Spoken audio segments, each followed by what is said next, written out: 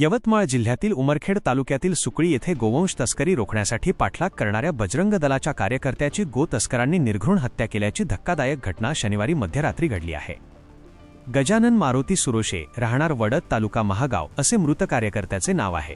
या थरारक घटनेचे दृश्य सीसीटीव्ही कॅमेऱ्यात कैद झाले असून या घटनेमुळे संपूर्ण परिसरात तीव्र संताप व्यक्त केला जात आहे। मिळालेल्या माहितीनुसार नागपूर तुळजापूर राष्ट्रीय महामार्गावरून एका बोलेरो पिकअप वाहनातून 18 ते 20 गोवंश कत्तलीसाठी अत्यंत निर्दयतेने नेले जात असल्याची माहिती बजरंग दलाच्या कार्यकर्त्यांना मिळाली होती। या माहितीच्या आधारे कार्यकर्त्यांनी बिजोरा टोल नाक्यावर सदर वाहन अडवण्याचा प्रयत्न केला, मात्र तस्करांनी वाहन न थांबवता ते भरधाव वेगाने पळवले। यानंतर गजानन सुरोशे यांनी आपल्या एस-क्रॉस कारमधून या संशयास्पद वाहनाचा पाठलाग सुरू केला।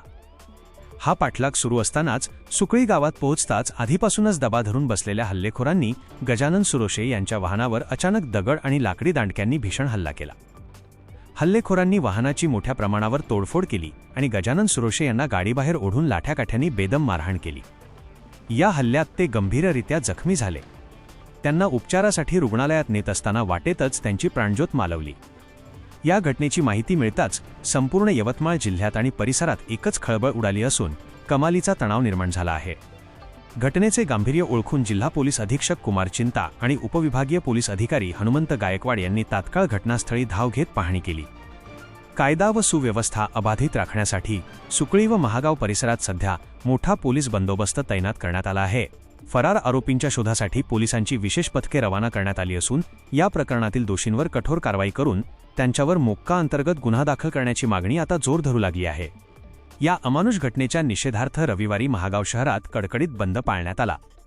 स्थानिक व्यापाऱ्यांनी आपली प्रतिष्ठाने आणि दुकाने पूर्णपणे बंद ठेवून मृत गजानन सुरोशे यांना भावपूर्ण श्रद्धांजली अर्पण केली। दरम्यान नागपूर तुळजापूर महामार्गावरून मोठ्या प्रमाणावर बेकायदेशीर गोवंश तस्करी होत असल्याचा आरोप करत पोलीस प्रशासनाच्या कथित दुर्लक्षामुळेच एवढी मोठी घटना घडल्याचा संतप्त आरोप बजरंग दलाच्या कार्यकर्त्यांनी केला आहे। पोलीस या प्रकरणी पुढील तपास करत आहेत।